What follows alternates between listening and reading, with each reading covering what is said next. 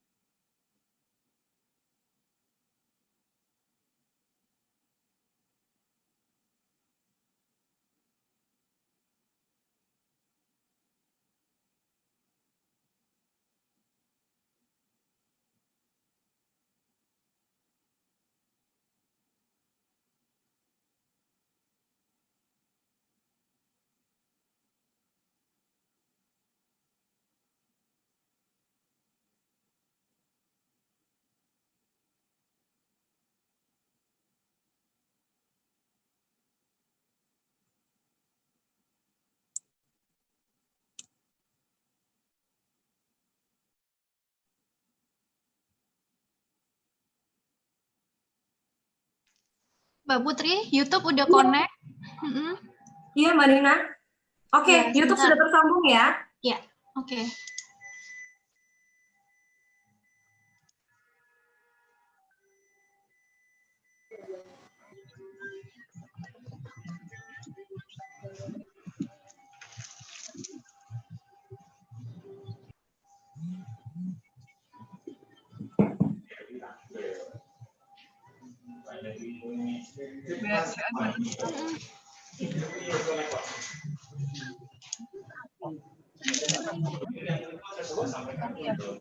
Ini sudah.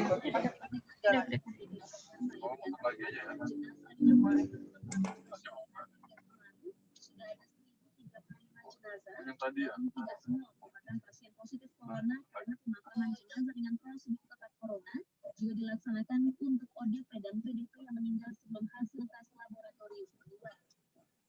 Kemudian Pemprov Banten secara resmi menetapkan pembatasan sosial berskala besar untuk kawasan Tangerang Raya, yakni Kabupaten Tangerang, Kota Tangerang, dan Tangerang Selatan mulai 18 April mendatang. 18 April yang terbit disebutkan Pemkot dan Pemda dapat memberikan insentif kepada pelaku usaha 18 April PSBB lain PSBB di wilayah Tangerang Raya serupa dengan penerapan PSBB di Jakarta, Bekasi, Bogor, dan Pontianak. Untuk penerapan sosial juga masih bantuan langsung sebesar Rp600.000 kalau putar balik ribet, udah gue makan yang ada di depan aja. Kita muterin tadi sungai. Nggak dari ujung sih. Nggak, kamu sekalian lihat siapa tahu. Dan kabar terakhir dari dunia olahraga, Government Managers Terminal pertemuan di sana untuk membuat 20 sangat untuk pencegahan virus corona bagi masyarakat di seluruh Afrika Tengah yang merupakan satu halangan idealnya. Itu dia news update Soto Jawa. ini bareng Gabriela Sumba yang masih siaran dari rumah. Nih, ngepeng.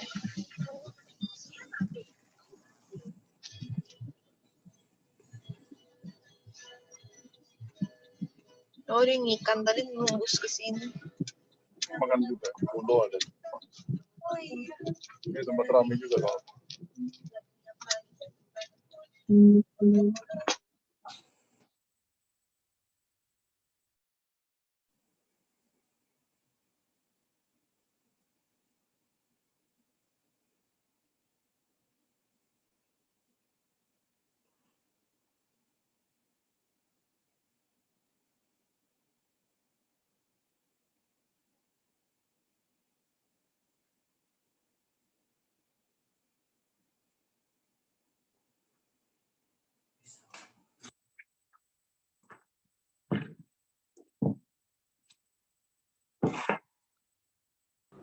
Kenapa ya? Ini udah disiapin.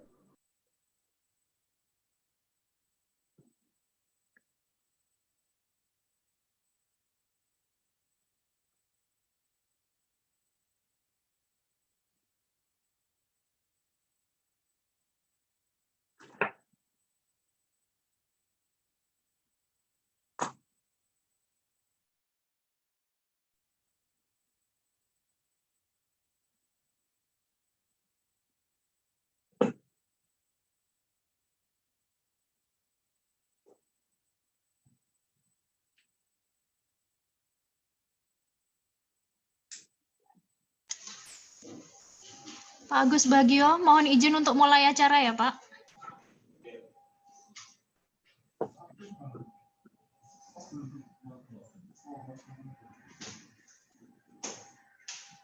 Pak Agus Bagio. Oh, belum masuk ya?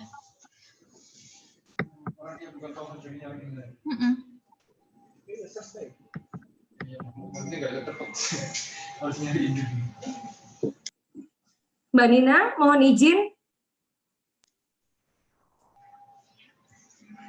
Siap, Mbak. Time is yours, Mbak. Silakan dimulai, Mbak. Oke, baik.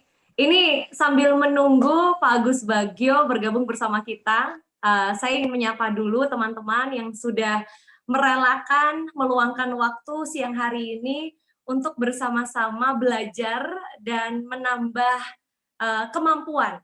Jadi kalau kemarin kita sudah bicara soal strategi untuk sehat secara mental, terutama di kondisi pandemi global seperti sekarang ini, hari ini tamunya nggak kalah istimewa, cantik, mempesona, dan akan berbicara kepada kita bagaimana strategi untuk sehat secara finansial, ya.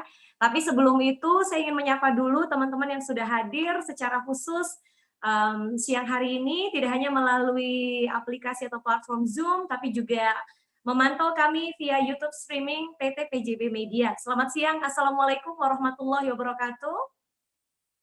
Salam sejahtera untuk semuanya, mudah-mudahan sehat, mudah-mudahan bahagia, mudah-mudahan juga tidak pernah lupa bersyukur untuk segala yang kita terima sampai dengan hari ini. Dan saya mau pastikan dulu sih, sebelum resmi dimulai, teman-teman sekarang untuk sementara kami akan buka chat room-nya. Saya pengen tahu teman-teman yang sedang ada di sana, di ujung sana itu posisinya ada di mana. Boleh ketik Surabaya, Semarang, mungkin Pacitan, Situbondo, atau mungkin dimanapun berada, apakah itu di unit, Pisau, Pulang Pisau, Kalimantan Tengah, Surabaya terima kasih, Balikpapan, Gresik bersemangat, Tuban, Surabaya, Desa Paiton, Rumah Gresik, waduh, kenceng banget, Balikpapan hadir, Cibino, Kalsateng, Banjarmasin, Wiyung, Paiton juga sudah menyapa kembali, Pacitan, Tangerang, Samarinda, Kaltim Teluk, Jakarta, New York, really? Malang, Jakarta, Papua, Malang yang ngangenin, terima kasih bergabung, Tangerang, Citayam, Rembang, Besuki, Madura, Sidoarjo, terima kasih, Pulang Pisau, Kalimantan Tengah, Muara Karang, halo, apa kabar, Pacitan, masih banyak yang bergabung ke grup kita hari ini, Banjarbaru, di hatimu, Mas, jangan coba-coba, Tulungagung, apa kabar? Mudah-mudahan sehat semua ya, mudah-mudahan baik kondisinya dan sudah siap untuk menambah insight bersama untuk bisa mengelola khususnya finansial kita di tengah kondisi dan situasi seperti ini.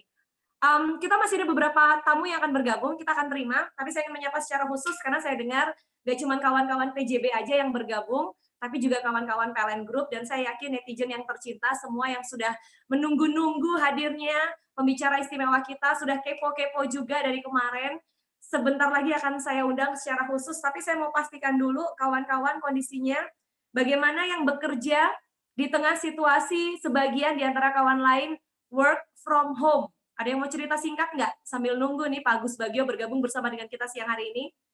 Masih semangat nggak kerjanya? Atau udah mulai, wah Mbak, udah mulai gelisah nih, udah mulai merasa lelah, atau nggak ada kata lelah selama bertugas untuk menerangi negeri tercinta kita Indonesia? Karena kalau nggak ada teman-teman PJB, nggak ada kawan-kawan PLN, kita nggak mungkin bisa ketemu secara daring hari ini. Oh, ada yang bilang rindu kerja di kantor. Ada juga yang cerita semangat karena bisa tidur siang. Ya elah. Ada yang Python, kawan-kawan Python karena di unit work from office. Terima kasih. Ini banyak banget loh yang sudah menyapa-nyapa. Saya boleh kasih tahu rules ya sebelum kita mulai acara. Jadi di awal ini kan kita ngobrol santai dulu sebelum resmi dimulai. Ngobrol pintar atau ngopi PJB-nya. Saya mau mengingatkan teman-teman, nanti akan ada kesempatan di mana kita harus fokus sesaat ke materi yang akan disampaikan oleh pembicara utama kita. Jadi chat room akan kami mute sejenak, kami akan tidak aktifkan sejenak supaya teman-teman bisa fokus, baru nanti pada saat sesi tanya jawab kawan-kawan bisa bersambung kembali. Jadi kalau sekarang pengen lemesin jempol, pengen sapa-sapa, say hi, ini kesempatan terbaik sampaikan unek-unek dulu boleh, sebelum nanti kita masuk ke sesi curhat ya. Ada siapa saja di mana ini, saya coba baca dulu satu-satu, nanti kalau ada perintah kita akan mulai, kita siap. Ada yang kangen bully-bulian di kantor, ada yang sedih karena nggak ada libur pemeliharaan, yang kangen sama teman kantornya, ada yang kerjaan udah makin sedikit karena lembaga pemerintahan pada tutup. Wah, ini mulai bikin terus terang prihatin, tapi kita berharap kondisi ini nggak lama. Setelah ini semua akan kembali seperti sedia kala, aktivitas kawan-kawan juga termasuk. Ada yang malah bersyukur karena bisa tidur siang di sela-sela jadwal ngantor dari rumah atau dari unitnya. Ada yang bahkan sudah mulai rindu kerja di kantor. Ada yang semangat bekerja tapi nggak bisa lepas dari perasaan rindu yang begitu berat kepada keluarga, suara hati anak rantau. Ada yang belum udah nggak sabar nyapa Mbak Prita, katanya udah nggak sabar untuk nyimak materi hari ini. Pak Agus Bagio, selamat siang. Apa kabar Pak? Selamat siang. Sehat Pak? Alhamdulillah sehat. Alhamdulillah. Kemarin kita sudah punya sesi yang menyenangkan bareng Mbak Analisa Widianingrum dari APDC Indonesia. Hari ini setelah kita belajar untuk jaga kesehatan mental, Pak, saya mau berterima kasih secara pribadi terlebih dahulu untuk kawan-kawan PT PJB, khususnya PJB Academy, karena di sesi kali ini, Ngobrol Pintar kali ini, kita akan secara spesifik jaga kesehatan finansial kita. Jadi saya mau berterima kasih dulu Pak Agus Bagio, kawan-kawan, kerjanya luar biasa untuk menjadi penyemangat, nggak cuma bagi kawan-kawan PJB dan PLN, tapi untuk seluruh Indonesia. Karena apa yang sedang kita diskusikan mulai dari sekarang sampai dengan nanti, sekitar pukul 2:30 sore waktu Indonesia Barat, akan dipantau oleh seluruh Indonesia, bahkan di belahan bumi lainnya, karena menyimak via YouTube streaming. Pak Agus. Oke. Pak Agus, singkat boleh cerita Pak, harapan dari sesi hari ini apa? Karena kalau orang-orang bilang kan sedia payung sebelum hujan. Itu kesannya itu kayak sesuatu yang kita sudah tahu dari dulu. Kita tahu bentuknya payung kayak gimana, kita tahu hujan kalau terjadi akan seperti apa, sederas apa. Tapi ternyata itu bukan hal yang mudah. Tahu bukan berarti mau menyiapkan payung sebelum hujan. Pak Agus boleh cerita singkat Pak, berkaitan dengan tema kita siang ini? Mbak Putri, ini sudah mulai ya? Sudah mulai Pak Agus, teman-teman sudah menyimak. Oh, sudah menyimak. Mohon maaf ya. Nggak apa-apa Pak, monggo. Kan memang setiap hari harus pakai masker.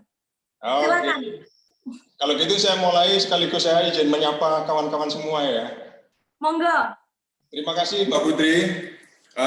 Assalamualaikum warahmatullahi wabarakatuh. Waalaikumsalam warahmatullahi wabarakatuh.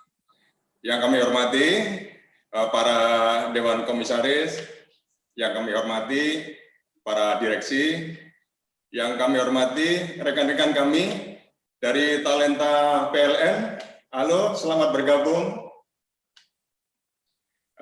Serta yang saya banggakan, Bapak Ibu, serta sahabatku semua, baik yang saat ini sedang WFO maupun WFH. Yang kami hormati pula narasumber kita hari ini. Halo Kak Prita Gosi. Masih saya simpan udah disapa Bapak. Silakan Pak. Dan tak lupa yang kami hormati pula host kita hari ini. Host kita yang cantik. Halo Mbak Putri. Hatur nuwun Pak Agus. Bapak Ibu, rekan-rekanku yang sudah bergabung di sini, apa kabar semuanya? Salam semangat ya. Selamat bergabung di acara ngopi. Apa itu ngopi? Yaitu ngobrol pintar. Kita akan ngobrol memang dengan orang-orang pintar, dengan para pakar, dengan para narasumber yang tentunya menarik-menarik. Kemarin kita sudah melangsungkan ngopi putaran pertama.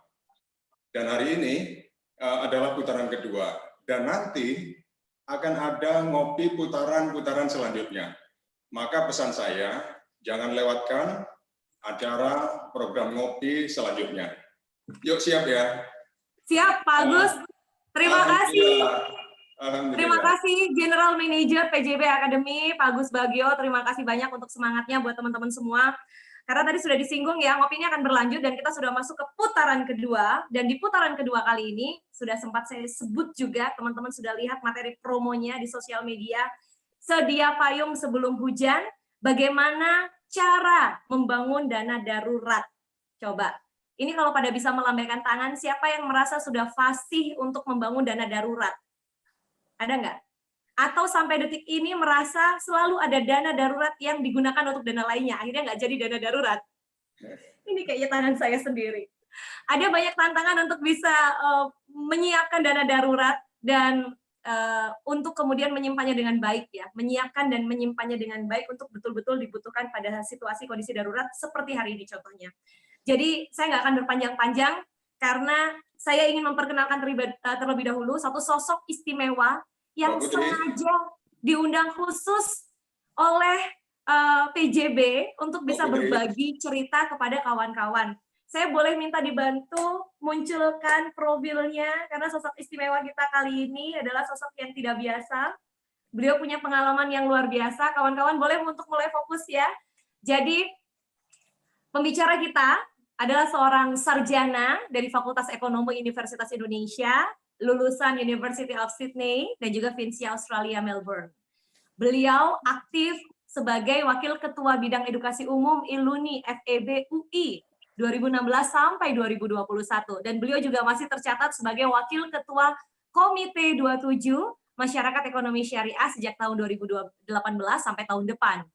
Dan ini yang menarik, beliau adalah juga co-founder sekaligus CEO perusahaan konsultan perencanaan keuangan Zep Finance sejak tahun 2009. Kalau ada istilah influencer, maka beliau adalah financial influencer kalau di mata saya, finance influencer. Beliau juga dosen tetap Departemen Akuntansi di Fakultas Ekonomi dan Bisnis Universitas Indonesia ya sejak tahun 2009. Beliau juga seorang penulis buku yang laris manis di pasaran. Boleh nanti untuk dicari secara online, bisa dibelanjakan bukunya. Menjadi Cantik, Gaya, dan Tetap Kaya, Make It Happen, Cantik, Gaya, dan Tetap Kaya, Pensiun Ready, Pensiun Happy, dan juga Money Smart Parent. Beliau juga kolumnis tetap di Harian Kompas setiap hari Sabtu, dan tidak ketinggalan, mohon maaf ini buat kakak-kakak, mas-mas, bapak-bapak, beliau yang cantik ini sudah berstatus menikah dengan 2 orang anak. Saya ingin menyapa langsung, ingin dengar suara sosok perempuan hebat, inspiratif yang akan segera hadir bersama dengan kita, Mbak Prita Gozi. Mbak Prita. Halo, Assalamualaikum warahmatullahi wabarakatuh. Selamat siang Bapak, Ibu, Pak Agus Bagio, Mbak Putri, apa kabar? Mbak, baik. Alhamdulillah. Mbak Prita apa kabar? Teman-teman Zep Finance apa kabar? Tiap hari aktif terus loh. Harus dibuat aktif supaya tidak terasa ini adalah sebuah krisis gitu. Jadi kadang-kadang hal-hal seperti itu tinggal pilihan dari kita Mbak Putri, mau tetap lemes atau mau dibuat menjadi lebih bersemangat. Aku sepakat banget Mbak Prita. Tapi Mbak Prita berkaitan dengan tema kita hari ini, sedia payung sebelum hujan. Semua sudah tahu, sudah paham, tapi untuk aplikasinya itu hal yang sangat menantang sekali. Dan bahkan konon, payung aja nggak cukup kalau hujannya deres disertai badai, yang harus disiapkan adalah jas hujan. Mbak Prita, sharing dong. Boleh cerita? Oke, Mbak Putri terima kasih banyak atas waktunya. Jadi Bapak Ibu semuanya izin saya juga bisa sharing tentang gimana sih kita menyikapi hal ini, mengelola keuangan kita, terutama juga bagaimana terutama kita membangun dana darurat di masa krisis seperti ini. Karena kan kalau temanya sedia payung sebelum hujan, ya sekarang jangan-jangan udah hujan terus jadi gimana gitu kan, akhirnya banyak yang suka ngobrol nanyanya seperti itu. Nah Bapak Ibu nggak usah khawatir, kira-kira mungkin sekitar 20 menit ke depan saya akan sharing, Bapak Ibu nanti bisa siapkan pertanyaannya dan nanti kita bisa ngobrol banyak setelah saya selesai memberikan sharing saya ini. Nah Mbak Putri, jadi yang paling pertama itu saya mau sharing sebetulnya ada 7 tahap yang sangat terencana apabila kita memang ingin mencapai kondisi yang sejahtera. Nah, kenapa ada 7 tahap ini? Karena memang inilah hal-hal yang memang perlu kita lakukan, dan ini lakukannya itu bertahap. Artinya jangan sampai kita langsung loncat ke tahap selanjutnya kalau sebelumnya itu tidak beres. Jadi kalau sekarang Bapak Ibu merasa bahwa kenapa ya kok saya merasa saya punya investasi, saya punya tabungan dan lain-lain, tetapi sekarang kondisi ini kok akhirnya saya tetap merasa bermasalah juga. Nah, bisa jadi karena pada saat melakukan 7 tahap ini Bapak Ibu langsung loncat ke tahap investasi, padahal mungkin tidak mempersiapkan rencana keuangannya terlebih dahulu, kemudian cicilan-cicilannya juga mungkin terlalu banyak, dan yang paling mungkin bisa menjadi efek itu karena tidak adanya dana darurat. Akibatnya, meskipun punya investasi, akhirnya sekarang pada saat masa krisis seperti ini merasa bahwa waduh, ini kayaknya semua investasi saya jadi bubar. Nah, yang paling pertama yang saya mau share adalah pentingnya kita memiliki dana darurat. Jadi karena untuk mencapai kesejahteraan itu sebetulnya ada langkah-langkahnya, dan langkahnya itu ada 7, dana darurat ada di langkah ketiga. Setelah pertama kita punya rencana keuangan, dan yang kedua kita sudah berhasil mengelola dan menghapus banyak cicilan-cicilan yang sifatnya konsumtif. Nah, kalau misalnya kita tidak punya dana darurat dan langsung loncat ke investasi, maka nanti bahayanya pada saat terjadi pergolakan, terjadi krisis, maka kita juga akan kerepotan pada saat kita mengelola keuangan pribadi kita. Nah, ini kondisi-kondisi yang mana kita tuh jangan sampai merasa sedih pada saat kita menggunakan dana darurat. Karena banyak juga yang bilang gini, Mbak, aku tuh udah capek-capek nabung, aku tuh udah capek-capek punya dana darurat. Aduh, rasanya kesel banget deh sekarang mesti bongkar nih tabungan dana darurat aku. Loh, saya sampai bingung. Kenapa jadi mesti kesel ya? Loh, bukannya harusnya merasa bersyukur, bukannya harusnya malah merasa beruntung bahwa sudah mempersiapkan adanya dana darurat. Kenapa? Karena coba dilihat sekarang kondisi-kondisi yang biasanya bisa kita gunakan dana darurat tersebut. Yang pertama, kalau memang terjadi kehilangan pekerjaan dan masih ada tagihan rutin bulanan. Ini sebenarnya saya doakan banget semoga teman-teman di PJB dan juga PLN tidak mengalami hal seperti ini. Tetapi kita tidak bisa pungkiri di luar sana masyarakat Indonesia juga sudah mulai banyak yang mengalami kehilangan pekerjaan atau memang harus dirumahkan sementara. Nah, inilah kondisi yang boleh menggunakan dana darurat. Yang kedua, adanya perawatan yang mungkin tidak ditanggung oleh BPJS Kesehatan. Nah, kemudian yang ketiga, alat transportasi rusak. Mungkin sih kalau sekarang karena kita juga lagi dianjurkan di rumah saja, yang bagian ini sih harusnya nggak terlalu banyak digunakan ya. Tapi, nah ini dia nih yang nomor 4, giliran di rumah aja, tiba-tiba AC-nya jebol. Ya biasa cuma dinyalain dari jam berapa ke jam berapa, sekarang dinyalain terus tiba-tiba jebol gitu kan ya. Atau tiba-tiba kulkas rusak lah, atau ini itu segala. Nah, oleh peralatan rumah tangga yang esensial yang rusak. Tapi jangan balik, jangan ini nggak penting dipenting-pentingin gitu loh. Jadi kayak wah kayaknya enak begini, enak Anda begini, akhirnya pakai dana darurat, jangan. Jadi kalau udah nggak penting jangan dibikin penting gitu. Kemudian barangkali kalau ini karena anjurannya tidak mudik ya, mungkin nggak ada lah yang tiba-tiba mudik gitu. Kemudian ada juga yang konon terjadi musibah. Jadi kalau misalnya ternyata dalam anggota keluarganya ada yang terkena musibah atau mungkin terkena penyakit, nah ini boleh kita menggunakan dana darurat juga. Lalu pertanyaannya jumlahnya berapa? Ini selalu yang orang-orang banyak tanya ke kami Z Finance. Jadi sebetulnya tergantung kondisi. Kondisinya seperti apa? Jadi biasanya kita coba bagi menjadi 4 nih kondisinya.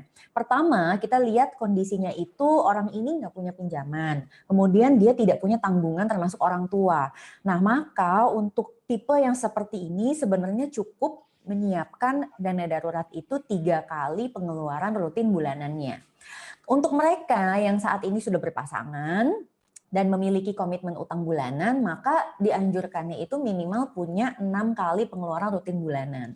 Sedangkan kalau misalnya yang sudah punya tanggungan 3 tuh jadi ceritanya biasanya satu pasangan, kemudian anaknya 2 gitu ya. Jadi jangan dibalik ya Mbak Putri ya, gitu ya, pasangannya yang 3 gitu, anaknya 1 gitu, nggak begitu gitu loh, bercanda ya Bapak Ibu ya. Jadi biar nggak terlalu serius gitu loh, habis kalau ngomongin duit nih, ngomongin duit gitu soalnya kan Mbak, ya. ngomongin duit. Jadi maksudnya gini, prinsipnya adalah kita tuh tidak membatasi tanggungan itu siapa, karena bisa jadi misalnya seseorang itu lajang, tetapi mungkin dia menanggung anggota keluarga yang lain, adiknya atau mungkin orang tuanya, ya itu berarti artinya punya tanggungan, padahal dia mungkin masih lajang statusnya.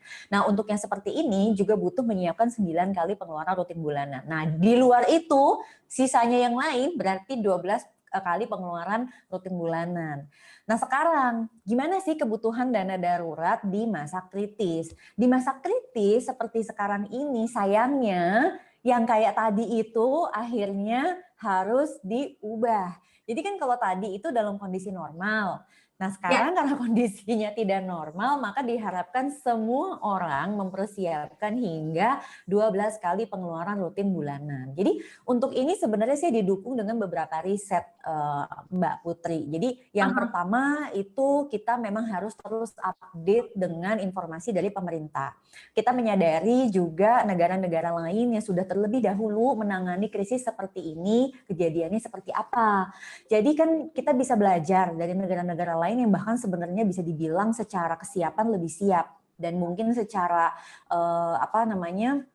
kegiatan tuh lebih dibatasi banget gitu. Mereka aja butuh berapa bulan sampai akhirnya bisa cukup reda. Sehingga artinya dalam hal ini Indonesia itu juga harus siap. Harus siap kalau misalnya kondisi ini berlangsung sampai bulan keberapa.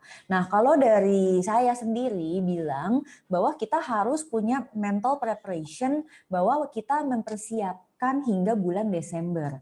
Apakah artinya kita berdoa bahwa itu terjadi sampai Desember? Dan tentu tidak. Kita berdoa ini semua cepat selesai.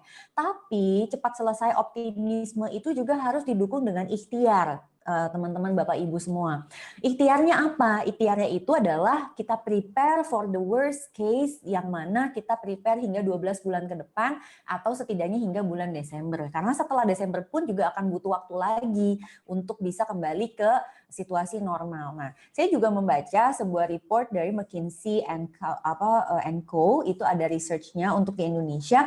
Orang Indonesia tuh very optimistic. Jadi di antara negara-negara lain mereka percaya dalam 2 bulan ini semua udah beres gitu ya. Jadi itu kenapa mungkin orang-orang banyak yang bilang alah santai aja lah gitu-gitu segala macam. Tapi kalau dibandingkan negara-negara lain itu tidak seperti itu. Jadi optimis ini bagus untuk mendukung imunitas tubuh, tetapi tetap untuk finansialnya kita harus mempersiapkan dengan sebaik-baiknya.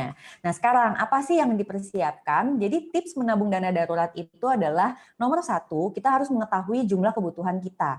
Jumlah kebutuhan kita tuh tiap rumah tangga beda-beda karena tergantung dari anggaran rumah tangga masing-masing. Kemudian harus disimpan dalam rekening tabungan yang terpisah. Jadi rekening tabungan ini nanti akan berbeda dengan untuk rekening operasional. Lalu untuk bisa mencapai itu, emang kita mesti nyiapin pelan-pelan. Jadi kan kalau sebelumnya nggak ada uangnya, berarti disiapinnya tuh dari gaji bulanan kita. Lalu kita memilih ditempatkan di instrumen keuangan yang liquid. Dan yang terakhir, kita harus menggunakan fasilitas auto debit supaya kita tuh mudah gitu pada saat kita mengumpulkan dananya. Nah, ini cara menghitungnya. Ini yang semua orang gini, oke Mbak, 12 kali pengeluaran rutin bulanan. Berapakah itu? Itu semua pertanyaan semua orang. Aku tuh ya Mbak Putri, udah live Instagram mungkin udah nggak kehitung lah. Itu pertanyaan muncul terus gitu ya. Akhirnya saya buatin deh slide ini khusus untuk semua teman-teman. Jadi dicamkan baik-baik. Nah sekarang, apakah artinya teman-teman semua akan ngalamin pos ini? Tentu tidak. Tetapi gambarannya ini cara untuk menghitung dana daruratnya. Jadi kita tuh bukan ngitung dari gaji, enggak.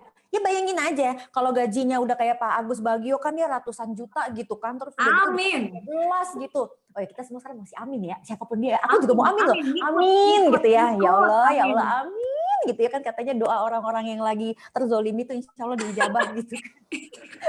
Nah jadi intinya gini, pertama yang Bapak Ibu harus tahu itu adalah bukan pengalinya tuh gaji, jangan ya, ntar stres. Pengalinya itu adalah pengeluaran. Pengeluaran yang mana? Pengeluaran yang rutin. Rutin yang kayak apa? Rutin yang tidak bisa dinego. Oke, nah sekarang orang juga ada rutin Mbak. Ya gitu ting, ngopi-ngopi gitu ya, ngopi-ngopi cantik gitu. Tapi itu masih bisa dinego gitu loh. Yang kayak gitu itu tidak termasuk dana darurat. Oke, sekarang apa aja sih? Iya. Mbak Prita maaf, cicilan KPR itu rutin yang di nego juga. Ya iya, makanya aku masukin di sini. Jadi gini, iya. kalau di kondisi normal kita tidak memasukkan cicilan sebagai parameter dana darurat.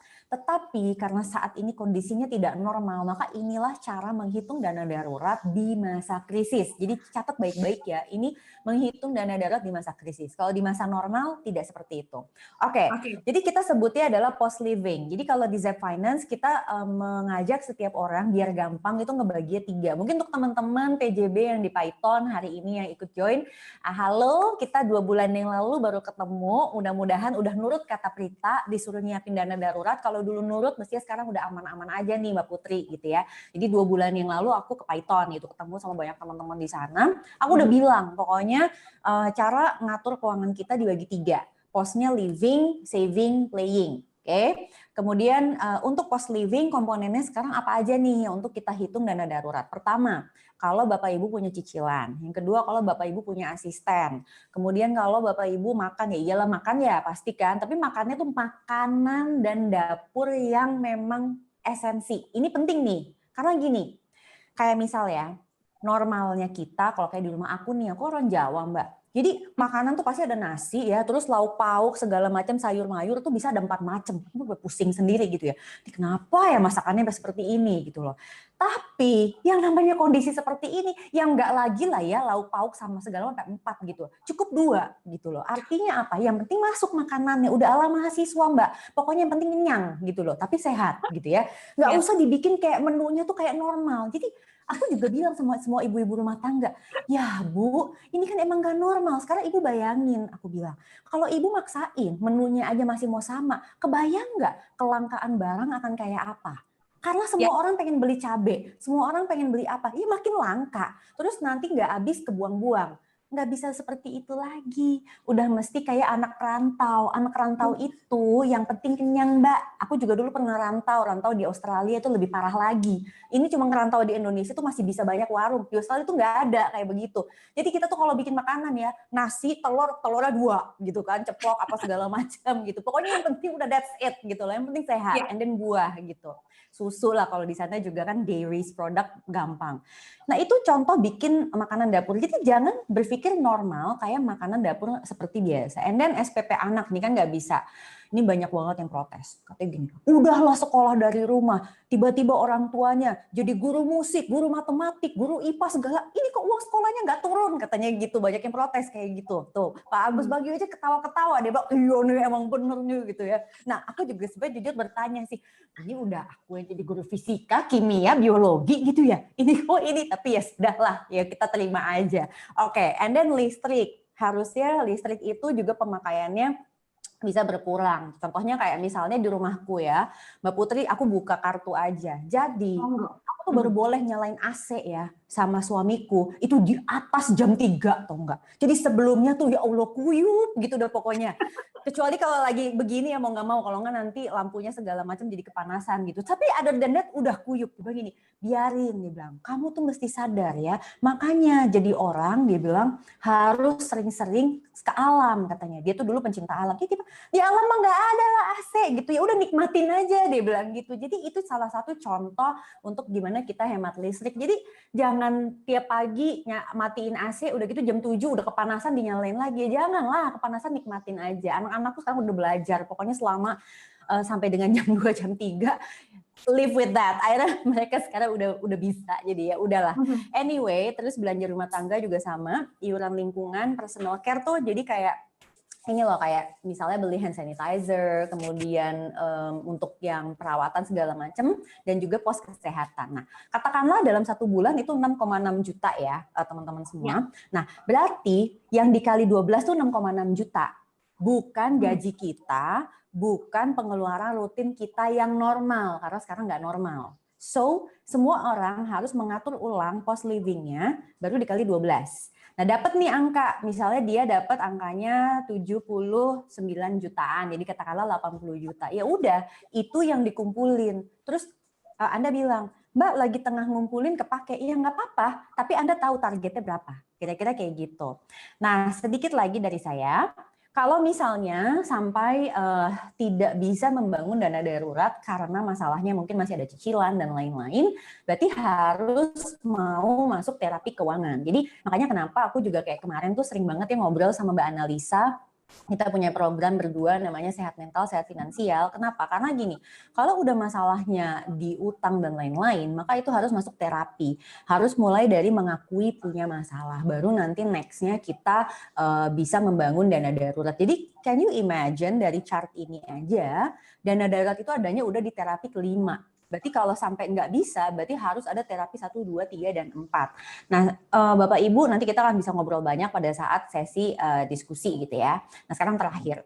Gimana jika dana darurat saat ini sangat minim atau bahkan tidak ada? Jadi sebetulnya ada tips and triknya.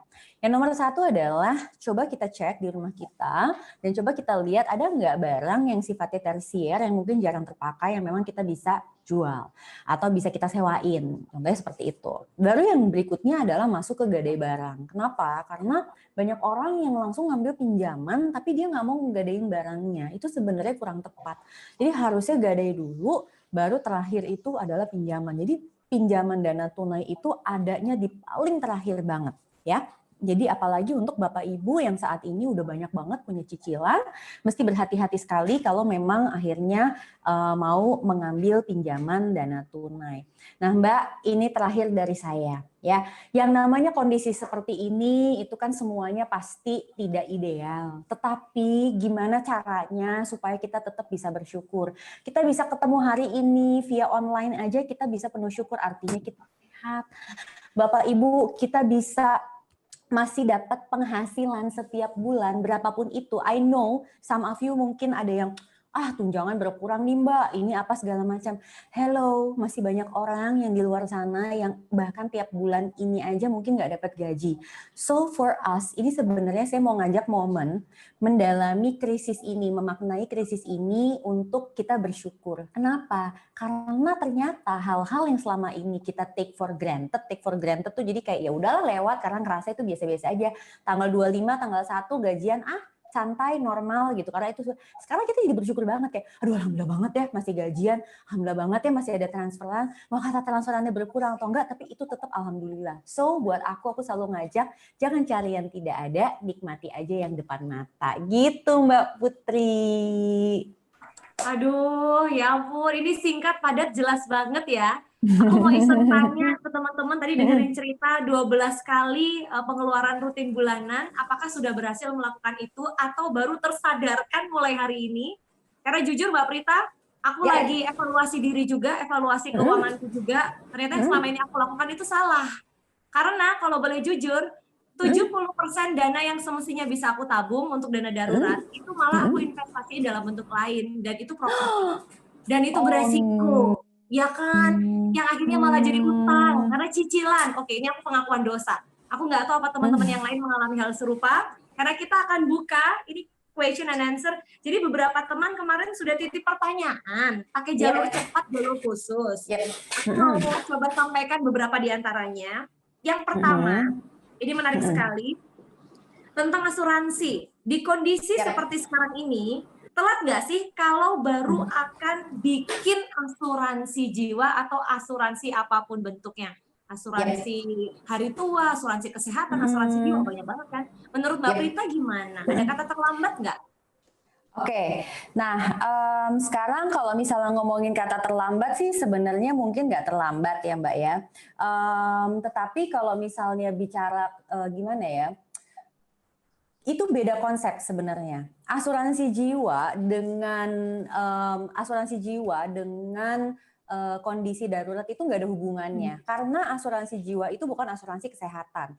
Jadi teman-teman mesti menyadari dulu. Karena aku khawatirnya teman-teman itu menggabung-gabungkan konsep asuransi jiwa dengan investasi yang ada di dalam asuransi jiwa. Itu yang aku khawatir.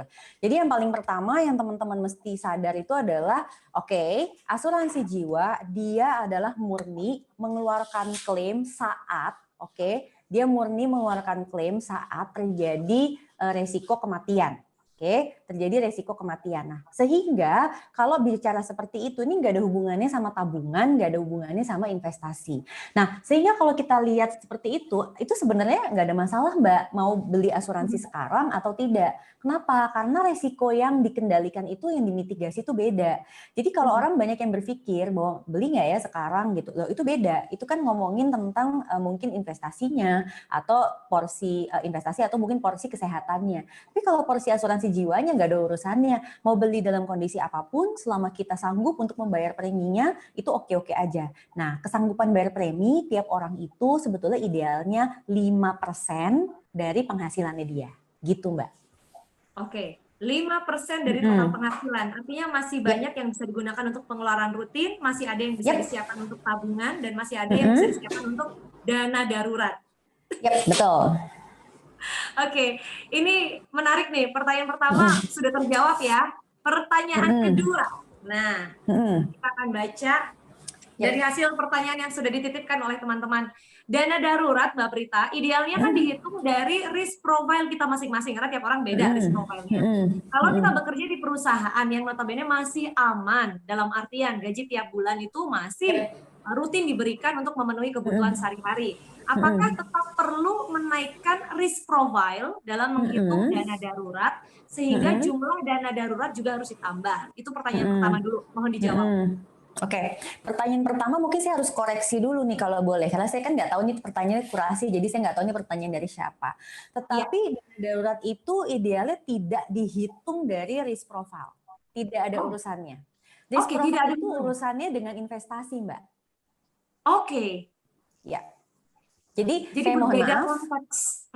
Jadi saya mohon maaf kalau mungkin mendengarkan informasi dari tempat lain barangkali atau mungkin di mana, tetapi secara teori dana darurat itu tidak ada hubungannya dengan profil resiko seseorang. Profil resiko seseorang itu berhubungan dengan aset investasi, sedangkan dana darurat bukan aset investasi. Dana darurat itu konsepnya lain banget ya. Mungkin ambil contoh gini, Mbak. Aku sebenarnya udah pernah nanya ini nih waktu di Python, cuma mungkin teman-teman yang lain kan belum pernah. Anggaplah Mbak Putri itu orangnya suka nyimpen uang di selip-selipan di dalam dompet. Ya, anggaplah seperti itu. Nah, yang benar begitu apa enggak? Aku simpan-simpan di dompet suami. Kira ya, salah tahu, mestinya dari dompet kita gitu kan. Uangnya dari dompet suami masukinnya ke dompet kita. Lu gimana sih Mbak Putri? Betul. Gitu. Nah, jadi kan kita selipin uangnya di dalam dompet kita gitu ya. Tapi kan itu kan diselipan itu berarti bukan yang biasa sehari-hari kita ambil nih uangnya. Nah, sekarang biasanya nih kalau untuk perempuan kebanyakan itu pakai uang selipan itu kalau kejadian apa biasanya? Coba Mbak Putri sebut aja deh. Kejadian apa ya? Bukan karena diskon loh Mbak, kalau aku sumpah. Bukan karena ada diskon. Ya nggak apa-apa lah, mau kata diskon juga boleh. Oke, anggaplah misalnya ada sesuatu tiba-tiba butuh cash, cashnya terus udah gitu nggak ada di sini, tapi pas lihat di selipan tiba-tiba nemu. Pas nemu seneng nggak Mbak? Seneng lah. Ada duit, aku mau nanya Mbak Putri ya, yang masukin uang di dalam dompet siapa? Saya sendiri. Terus itu uang siapa? Anggap aja uang saya. Yang yang seneng siapa? Yang seneng karena ada duit itu di situ saya. Nah, bayangin ya, uang-uang sendiri, masukin sendiri, nemu-nemuin sendiri, seneng-seneng sendiri ya. Waktu ngelakuin itu kan diselipin di dalam dompet, mikirin nggak dapat bunganya berapa? Nggak mikir sama sekali, pengen aja tiba-tiba nyelipin. Itu pinter, karena dana darurat bukan investasi. Paham kan? Paham. Yes. Okay. So for these questions itu nggak ada urusannya sama profil resiko, tetapi urusannya dengan jumlah tanggungan yang kita punya. Anda lihat kondisi-kondisi darurat apa yang mungkin terjadi pada rumah tangga Anda. Anda bisa lihat yang tadi saya udah sempat share. Kalau tadi misalnya nggak sempat kelihatan, itu semua ada di Instagramnya Zep Finance, Mbak Putri. Jadi semua infografis tadi itu saya ambil dari Instagram Zep Finance. Jadi silakan nanti follow di Zep Finance, bisa lihat scrolling, save aja yang ada di situ. Nah itulah cara kita menghitung dana darurat, gitu Mbak. Sip banget Mbak Prita. Nyambung sama ini, saya mau mengingatkan teman-teman lain, kita masih di sesi tanya jawab kurasi ya. Nanti untuk sesi yang tanya jawab berikutnya dibuka setelah ini. Jadi kami selesaikan dulu. Mohon maaf. berkaitan dengan tadi, apabila memang tidak ada kaitannya dengan risk profile, Mbak Prita Gosik, boleh nggak ya dana kelebihan tadi dialokasikan untuk kebutuhan lain, misalnya investasi atau tabungan pendidikan atau bentuk lainnya? Oke, untuk yang itu saya mau coba ambil, ini ada satu yang mau saya share.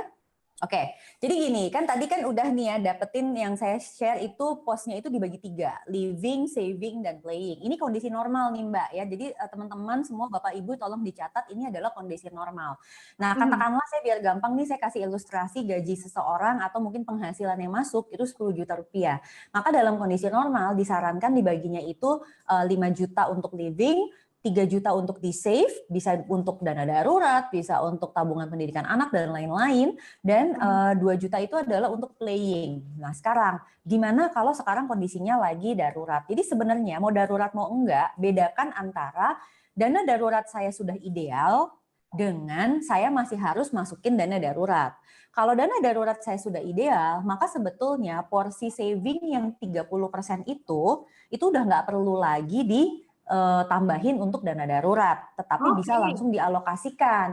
Nah, sekarang hati-hati, kalau di masa waspada seperti ini, biasanya living kita akan naik, Mbak, karena ada beberapa hal-hal. Untuk pertamanya tuh biasanya dia langsung naik, dan ini terbukti dari sharing yang dikasih oleh McKinsey & Co. Jadi McKinsey itu bilang kalau orang Indonesia ini udah ada research, jadi saya nggak pernah ngomong based on kata-kata saya sendiri, jadi I always use research untuk ngomong gitu loh. Jadi dia bilang bahwa orang Indonesia itu sudah terbukti pada saat dibilang terjadi krisis pandemi ini, dia langsung menaikkan household spending. Jadi household spending itu tuh pengeluaran rumah tangga itu hingga 63% di 2 minggu pertama. Jadi 2 minggu pertama sejak pemerintah mengumumkan tentang pandemi itu masyarakat naik 63%. Tapi kemudian masyarakat mulai tenang, dia mulai turun dari 63 turun nih ke 59%.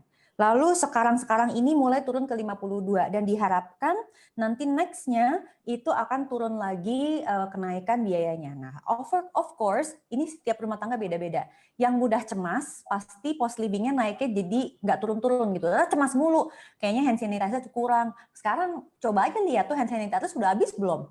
Makanya aku bingung deh, orang pada beli hand sanitizer kayak banyak banget gitu ya. Emang dia mandi apa ya pakai hand sanitizer ya? Bingung saya beneran gitu. Tangan cuma 2 gitu kan ya. Nah, jadi itu sebenarnya kenapa kita tidak boleh panik. Jadi cemas oke, akui kecemasan, Ana juga pasti kemarin bilang seperti itu, tapi itu harus segera di-coping kan stresnya itu. Jadi kalau kita bisa segera coping stres, nanti efeknya juga ke finansial. Karena semakin kita stres, semakin kita panik, semakin kita cemas, biasanya nih pengeluaran livingnya tuh bengkak terus gitu. Ya. Kalau udah pada sesi ini kan bisa tahu banget ya mana yang jadi prioritas antara living, saving, playing, dan dari urutan yang Mbak Prita bikin bareng teman-teman Z Finance, living memang bagaimanapun ada di urutan teratas kan, urusan sandang, pangan, papan juga menyusul ya, baru kemudian investasi, tabungan, dan terakhir playing. Nanti akan ada saatnya kalau kita playing together lagi ya. Sekarang juga kita lagi playing loh, katanya kan ngopi-ngopi bareng virtual. Betul, ini playing dalam bentuk yang berbeda karena sambil belajar. Mbak Prit, kita lanjut ya, karena ada pertanyaan kurasi berikutnya. Akan ditampilkan oleh kawan-kawan dan akan saya bacakan. Boleh kita lihat di sini. Pertanyaan berikutnya adalah, kita memang sengaja pilih karena ada banyak sekali kemarin pertanyaan masuk. Instrumen investasi apa yang paling tepat untuk menyimpan dana darurat? Untuk saat ini ya, apakah perlu mempertimbangkan high return dalam memilih instrumen investasi tersebut, atau dalam kondisi seperti sekarang paling aman nih, mending low risk dan liquid saja? Wow, Mbak Prita kenceng nih pertanyaannya, monggo.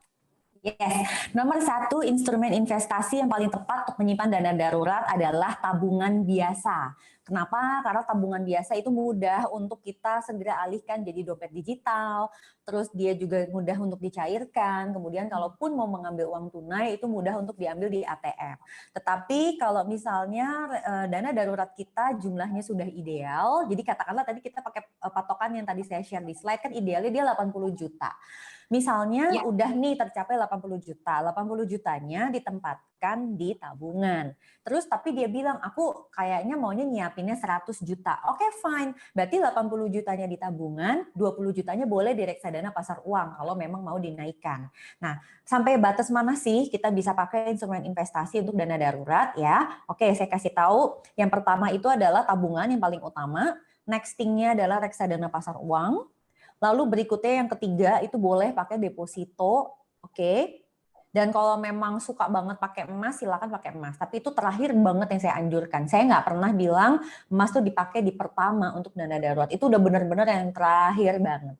Jadi kalau pertanyaan nomor 2, apakah perlu mempertimbangkan high return? Harusnya tadi kalau udah menyimak istilahnya apa ya, ilustrasi saya yang tentang uang diselip-selipin, udah tahu bahwa dana darurat itu kita kejarnya yang penting liquid dan low risk gitu. Jadi sekali lagi ya, kita tetap harus paham nih bedanya dana darurat sama instrumen investasi karena Iya. different term. Oke, semoga terjawab. Tadi nyambung Mbak waktu Mbak Prita kasih contoh emas sebagai salah Iya. satu bentuk investasi atau tabungan.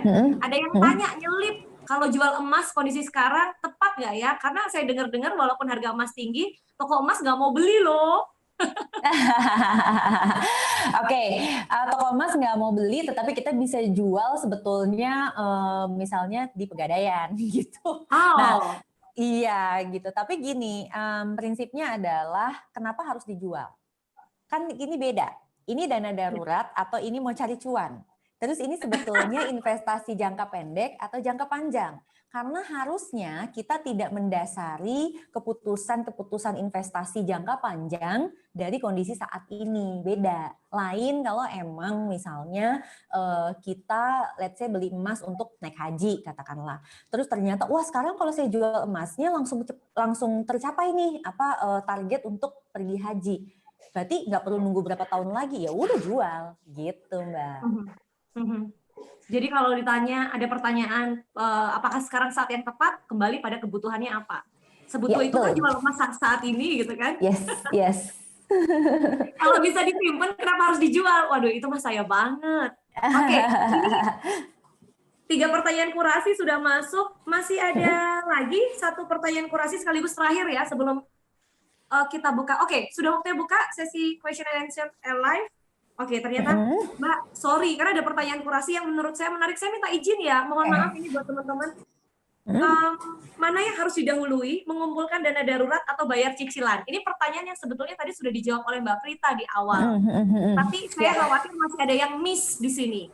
Oke, mana yang duluan ya, bayar cicilan atau dana darurat? Oke. Kalau Dalam bicara kondisi bayar cicilan, bayar cicilan itu kan wajib. Yes. Walaupun ada relaksasi kredit, Mbak Prita. Ya. Walaupun ada relaksasi kredit, tapi tetap wajib untuk dibayar. Emang dirimu sekarang ini lagi jadi nelayan apa bagaimana? Kan ada yang klaim. Ada yang klaim dapat gitu ya. Tapi basically gini. Kalau kita masih gajian, maka gaji kita yang kita pakai buat bayar cicilan. Oke.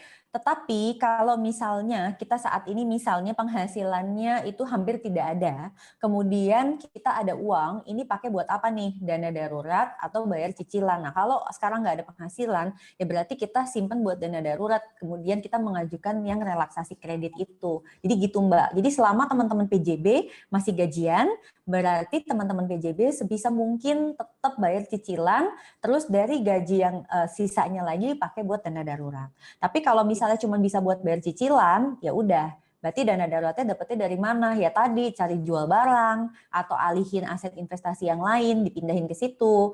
Misalnya motor ada berapa, motornya dijual, yang kayak gitu-gitulah. Itu konsepnya seperti itu, Mbak. Ya ampun Mbak Prita, sorry aku jadi inget ini status salah satu terapis yang biasa pijet aku tiap bulan, dia itu status WhatsApp-nya berubah. Alhamdulillah karena wabah COVID ini saya makin pinter jual emas, pinter jual sepeda motor, barang di rumah, pinter bersih-bersih, rumah udah kosong, nggak ada barang buat makan. Itu kan tersenyum ya dengar cerita seperti itu.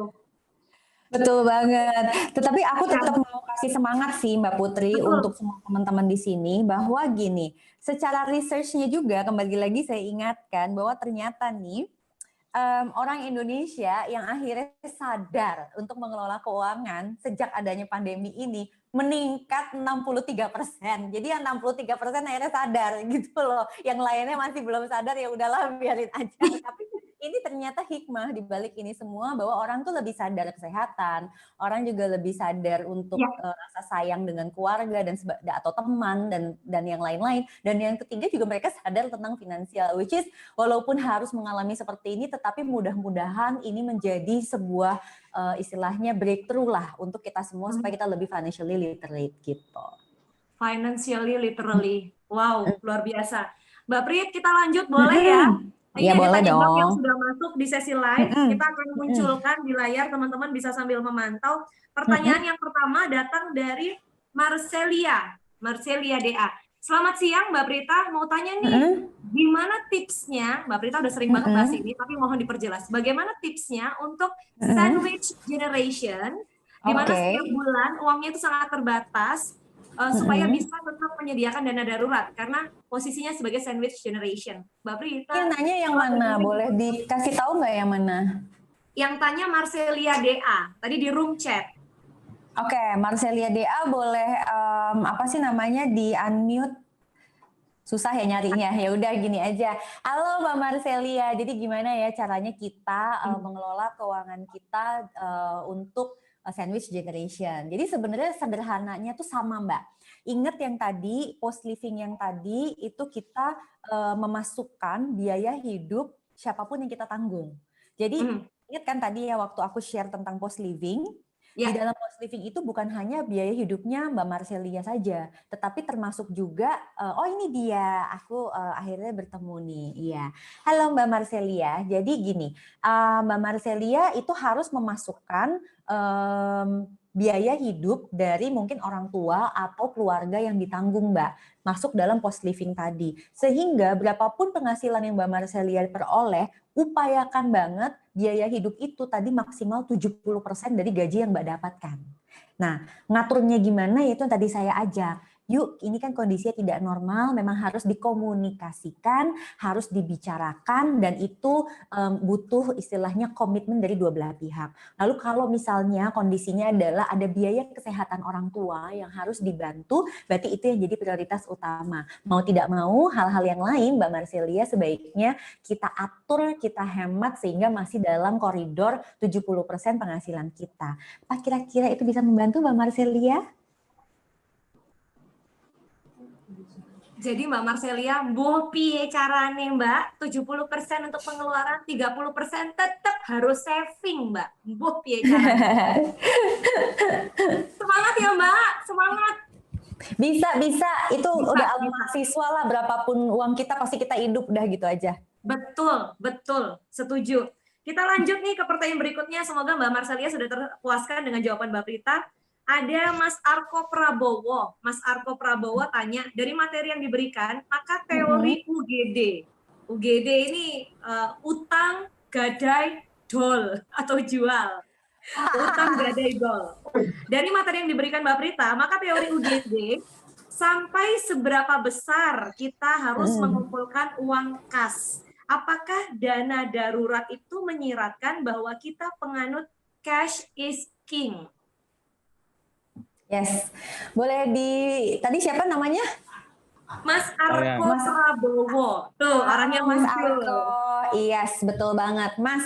Ya, jadi kali ini memang dana darurat itu cash is king, Mas. Gitu. Jadi memang sekarang nih sayang sekali boleh tetap trading saham, boleh tetap itu, tetapi pastikan dana daruratnya sudah komplit dulu. Jadi kalau tadi Mas bilang ini jadi gimana ya untuk ngumpulin dana darurat, berarti saya harus jual barang atau apa ini itu? Iya, jawabannya begitu, Mas. Mumpung sekarang masih bisa dijual barangnya, ya itu memang kita harus kumpulin cash sebanyak-banyaknya. Gitu.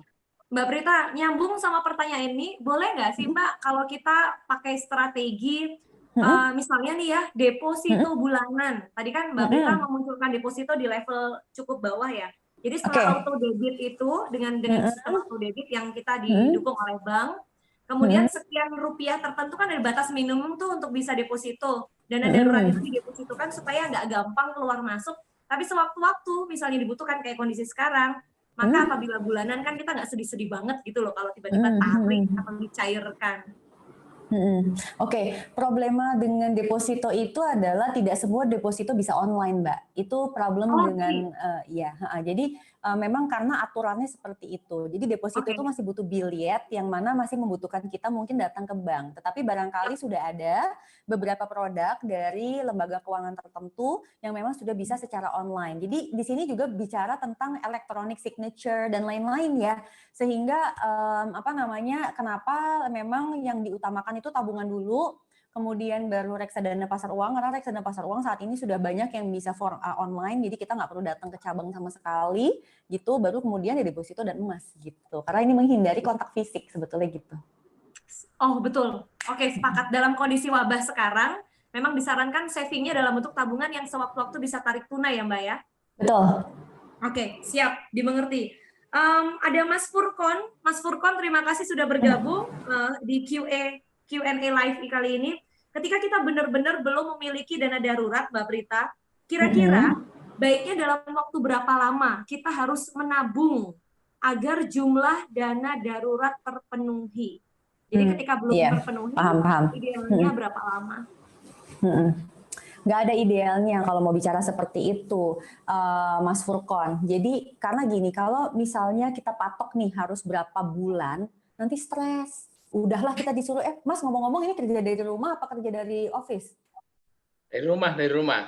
Nah udah, di rumah mulu aja stres kan pasti, apalagi kalau biasa di lapangan, betul nggak? Iya. Terus kalau aku targetin 3 bulan ya Mas, dana darurat kekumpul, makin pusing lagi gitu kan. Jadi yang paling penting adalah sebetulnya mindsetnya. Mindsetnya itu bahwa kita tahu berapa idealnya kita. Jadi kalau tadi saya ambil contoh di slide sebelumnya itu, idealnya bisa 80 juta. Ya udah sekarang Mas lihat, saya punya aset apa saja yang mana itu bisa saya jadikan dana darurat. Kan tadi saya juga sudah infokan ya, bahwa kalau kita misalnya lagi tengah-tengah ngumpulin dana darurat, ya kepake, ya nggak apa-apa. Tetapi itu harus dipisah, jadi jangan diambil dari gaji, beda. Jadi pastikan gaji itu memang udah disisihkan dulu, terus udah gitu gaji memang dipakai tiap bulan. Kemudian kalau emang itu masih kurang juga, karena ada kondisi darurat ya, ingat darurat, itu baru boleh ambil di rekening dana darurat. Jadi gini, cuman sekedar menambah kenikmatan bekerja dari rumah itu bukan dana darurat, gitu aja ya. Jadi hati-hati juga, misalnya mau beli ina itu, panci baru apa segala macam, itu bukan pakai dana darurat, kecuali emang pancinya udah rusak gitu loh, kira-kira tuh kayak gitu. Jadi nggak usah kategoriin sampai berapa bulan, tetapi ya logikanya kalau kita mau bertahan hidup sampai Desember nih punya dana darurat, ya paling enggak kita punya terus nih dana darurat. Nah nanti kalau kondisi udah normal, akhirnya tercapai ideal, ya itu alhamdulillah. Tapi nggak usah sampai ditargetin begitu Mas, nanti stres. Mbak Prita, nyambung sama ini, aku punya kebiasaan yang aku nggak tahu ini buruk atau enggak menurut pandangan Mbak Prita. Jadi ada iuran rutin bulanan RT itu kan yang buat kebersihan dan keamanan. Itu kan harusnya dibayar tiap bulan. Tiap awal tahun sebisa mungkin kami, kalau memang ada rezeki lebih ya, tiap awal tahun kami langsung bayar tuh tutup 12 bulan. Terus kayak gaji asisten. Kalau memang, ya kita kan pakai sistem kepercayaan. Dalam jangka waktu sekian bulan ke depan, kalau memang rezeki ini biar nggak kepake buat yang lain-lain. Jadi katakanlah 2 bulan sekali itu dibayar di awal gaji asisten. Oke gitu sebenarnya baik nggak sih Mbak? Oke, mendahulukan kewajiban.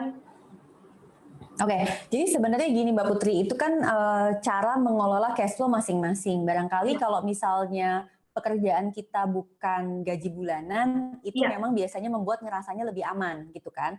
Tapi kalau gaji bulanan biasanya jarang melakukan hal seperti itu. Nah tekniknya sebenarnya bisa begini, kalau memang gaji kita, uang cash flow kita itu tiap bulannya mungkin beda-beda, tidak rutin, tekniknya bisa, kita memang punya rekening penampungan. Jadi bayarnya tetap bulanan, tetapi udah ditampung di situ dan tidak dikutak-kutik untuk hal yang lain gitu loh. Sehingga kalau misalnya di bulan itu kita sedang tidak terlalu banyak cash-nya, maka kita bisa langsung ambil dari rekening penampungan. Jadi tekniknya sebetulnya yang dibuat auto debit itu, auto transfer, itu pembayaran ke asisten misalnya setiap tanggal tertentu. Jadi dari rekening penampungan langsung bayar ke asisten. Dari rekening penampungan langsung bayar iuran komplek gitu loh kira-kira Mbak sebenarnya tekniknya. Gitu. Kebayang. Itulah gunanya punya rekening penampungan yang berbeda, yang nggak ada ATM-nya dan nggak ada M-Banking-nya ya Mbak? Banking mah nggak apa-apa sebenarnya. Gini loh Mbak Putri, gini loh. Aku tuh sebenarnya jujur ya kurang setuju nih, mohon maaf nih. Aku tuh kurang setuju dengan istilahnya cari yang nggak ada ATM-nya, cari yang nggak ada ini biar nggak kegoda. Biar nggak katut, Mbak, biar nggak katut. Emang segitu banget? Apa sih keimanannya goyah gitu loh? Harus sampai kayak begitu banget gitu. Mbak Prita, ya ampun, menamparku 1000 kali dalam waktu 1 detik. Terima kasih loh ya. Enggak lah. Cuma maksudnya gini loh. Tapi ini benar, Kita ini semua benar. Ini orang soal dewasa, keimanan. Mbak. Betul. Mbak Prita, betul. Ini soal keimanan dan aku sepakat. Jadi siang ini aku benar-benar tercerahkan. Aku nggak tahu teman-teman apa punya pandangan serupa, jadi evaluasi diri. Tapi aku pribadi tercerahkan. Jadi terima kasih banget Mbak Prita. Ini soal keimanan. Dan keimanan itu harus dijaga untuk tidak mudah goyah. Betul? Oke, aku mau bergeser supaya nggak aku terus yang tanya pengalaman pribadi ya. Aku mau geser ke sesi ini berikutnya. Kita punya waktu sekitar 20 menit ke depan, 15 menit deh. Teman-teman buat raise hand yang pengen tanya sekarang juga. Jadi aku kasih kesempatan cepet-cepetan. Iya Mas, maaf gantian tanya dong Mbak Putri. Iya, aku udah gantian ini loh. Angkat tangan yang mau tanya. Siapa? Mas Nur Agung Sugiarto mau tanya, raise hand. Kalau mau kita bantu aktifkan. Mau tanya langsung sekarang silakan. Nggak pakai lama. Oh, Kampus Berantas. Boleh kita prioritaskan yang sudah raise hand pertama, Kampus Berantas. Silakan dibuka aksesnya kawan-kawan admin. Operator, oke. Kampus Berantas. Ya, halo Mas. Namanya siapa? Baik, selamat siang Mbak Putri. Ya, monggo. Saya ini pakai laptopnya kampus, jadi nama saya nggak keluar. Namanya siapa Mas? Saya Nur Ilman. Oh, Mas Nur Hilman. Monggo. Ya, Bu Prita mau menanyakan. Ya. Ada korelasinya nggak antara dana darurat dengan tujuan kita untuk mencapai financial freedom? Oke. Terima kasih pertanyaannya. Kemudian yang kedua, sampai seberapa sih nominal kita menyimpan dana darurat? Terima kasih. Sama-sama. Makasih Mas. Ya, Mbak Oke, Prita. Monggo. Bentar ya, aku orangnya kalau kayak gini-gini tuh senengnya suka pakai slide gitu kalau ngomong. Kita Jadi aku tampilkan coba ilustrasinya. biar coba ditampilkan ilustrasinya dulu. Bentar ya, ini tadi slide saya tuh sebenarnya di paling awal banget. Sabar ya Bapak Ibu dan Bapak Nur Hilman juga mungkin barangkali tadi. Iya. Jadi kalau dilihat di sini ada nggak korelasinya antara kita punya dana darurat dengan mencapai financial freedom? Ada banget. Karena financial freedom itu adanya di tahap 7, yaitu tetap sejahtera. Kok bisa dia tetap sejahtera? Karena pada saat dia mencapai tahap 7, artinya dia sudah melewati tahap 6. Ada apa di tahap 6? Di tahap 6 itu ada setiap saat dia menerima penghasilan pasif sehingga dia bisa memenuhi biaya hidupnya. Kalau kita sudah bisa mendapatkan penghasilan yang bukan sifatnya aktif, aktif tuh maksudnya apa? Saya datang ke kantor, saya kerja, saya dapat penghasilan, nah itu aktif namanya. Tapi kalau ini, saya mungkin kerjanya minim atau mungkin saya memberikan, menginvestasikan uang saya dalam bentuk produk keuangan, lalu dari situ saya dapat penghasilan, berarti saya sudah bisa memenuhi biaya hidup saya dari penghasilan pasif. Maka pada saat kita mencapai momen itu, bisa dikatakan kita mencapai kondisi yang disebut kebebasan finansial atau mungkin teman-teman kenal dengan istilah financial freedom.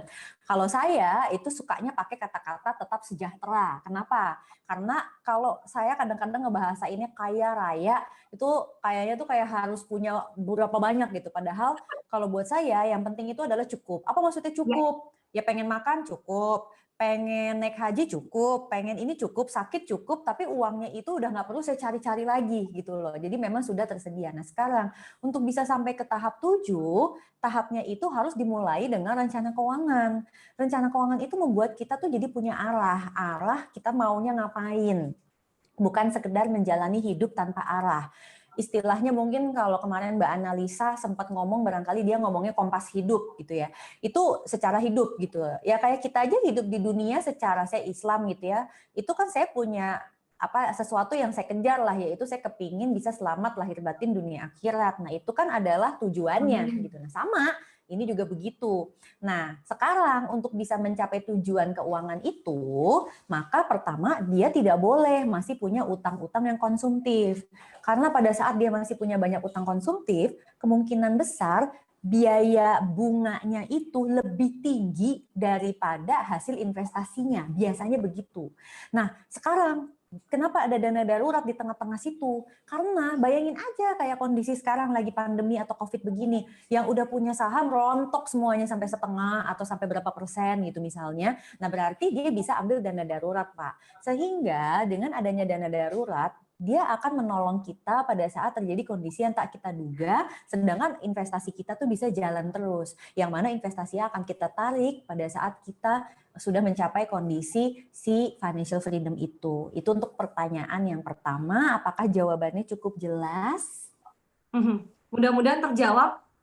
Mas Nur Hilman, terjawab ya. Ini ada yang raise hand lagi, tapi dari tadi ada yang dia bukan raise hand tapi dia ngetik. Mungkin nggak tahu cara raise hand, jadi mohon maaf. Aku boleh prioritaskan ya. Maunya raise hand tapi nggak bisa pilih fiturnya. Jadi tadi ini ngobrol Mas Nur Agung Sugiarto. Boleh Mas, aku prioritaskan. Curhat loh ini. Mbak, aku nggak bisa raise hand. Mas Nur Agung Sugiarto, dari tadi udah pengen, monggo, silahkan. Assalamualaikum, selamat sore Mbak Prita. Senang lagi bisa ketemu lagi sama Mbak Prita. Terakhir kemarin ketemu di BIE ya, atau di gedung itu Pak, dalam acara Syariah Investment Week. Ini ada beberapa. Surabaya ya? Bukan, yang di Jakarta Mbak, November kalau nggak salah. Saya sempat minta tanda di gedung Bursa Efek, iya. Ya, sempat minta tanda Mbak Prita. Ya, jadi silakan, ini Mbak, saya mau tanya, ini ada beberapa. Ini mau tanya nih Mbak, tenang aja nih, sabar. Jadi ini ada dari teman-teman kantor sini Mbak. Jadi untuk di masa sekarang nih Mbak, instrumen apa aja sih yang tepat untuk istilahnya itu menampung dana pensiun Mbak? Karena kebetulan ya, angkatan saya itu sudah pakai DPLK nih Mbak gitu kan. Nah, tapi kan DPLK kan juga menyesuaikan kita memilih apa. Nah, itu yang paling tepat itu instrumen seperti apa gitu kan. Terus yang kedua bagaimana yang wabah yang sekarang ini kan banyak sekali saham-saham yang pada turun nih Mbak. Menurut Mbak Prita, apakah kita loss atau malah justru nambah Mbak? Itu saja sih Mbak, dua. Terima kasih Mbak MC, selamat sore. Mbak MC, oke. Jadi pertanyaan yang pertama adalah DPLK, yang kedua adalah saham nambah atau enggak gitu ya? Iya. Oke. Yang pertama dulu nih, untuk teman-teman semua yang saat ini mungkin punya dana pensiun tetapi dalam bentuk dana pensiun lembaga keuangan. Nah, sekarang biasanya teman-teman yang punya DPLK itu iurannya itu sudah ditetapkan. Jumlah iurannya itu bervariasi. Ada yang 5% terhadap gaji pokok, ada juga yang sampai 10% bahkan belasan hingga gaji pokok. Nah, pertanyaannya adalah apakah target dana pensiun kita memang sesuai dengan iuran yang kita bayarkan setiap bulannya? Itu satu dulu. Yang kedua, pilihan jenis dananya itu cocok atau tidak, karena Mas siapa tadi Mas Agung bilang Mas Agung ya. Oke, katakanlah betul. Mas Nur Agung deh. Mas Nur Agung itu katakanlah sekarang kan kayaknya tadi saya lihat wajahnya masih muda banget ya. Katakanlah umurnya masih 25 gitu ya. Terus udah gitu 25 sampai ke ketawa dia tuh. Berarti artinya benar gitu kan. Nah, benar-benar 25. Oh, benar, 25 lari-lari katanya gitu. Oke. 25 sampai 55 itu kan mungkin ketah.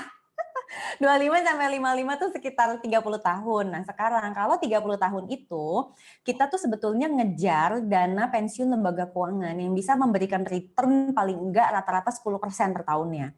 Saya di sini nggak ada sharing screen untuk tingkat inflasi. Tetapi tingkat inflasi pada umumnya di Indonesia itu sekitar 5%-an, Pak, gitu ya. Sehingga kalau kita mau ambil dana pensiun yang aman itu sebenarnya dia mesti memberikan hasil paling enggak 10% per tahunnya. Oke.